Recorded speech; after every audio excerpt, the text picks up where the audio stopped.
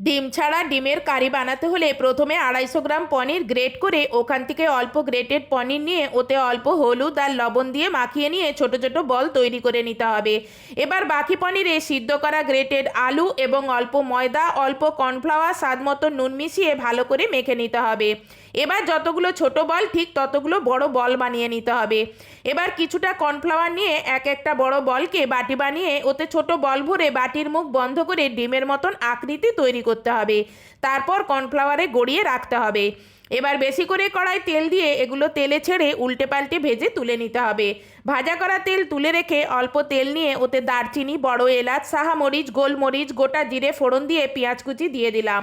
এগুলো হালকা ভাজা হলে ওতে লবণ, টমেটো পিউরি, আদা রসুনের পেস্ট, ঝাল লঙ্কা গুঁড়ো, কাশ্মীরি লঙ্কার গুঁড়ো, হলুদ, ধনে গুঁড়ো আর জল দিয়ে ঢেকে মশলা কষিয়ে নিলাম। মশলা কষানো হয়ে গেলে ওতে পরিমাণ মতন জল, গরম মশলা, কাঁচা লঙ্কা, কাসুরি মেথি দিয়ে ভাজা বলগুলো ছেড়ে দিলাম। ঢেকে 5 মিনিট ফুটিয়ে ওপর থেকে ধনেপাতা, চিনি ছড়িয়ে নামিয়ে নিলাম।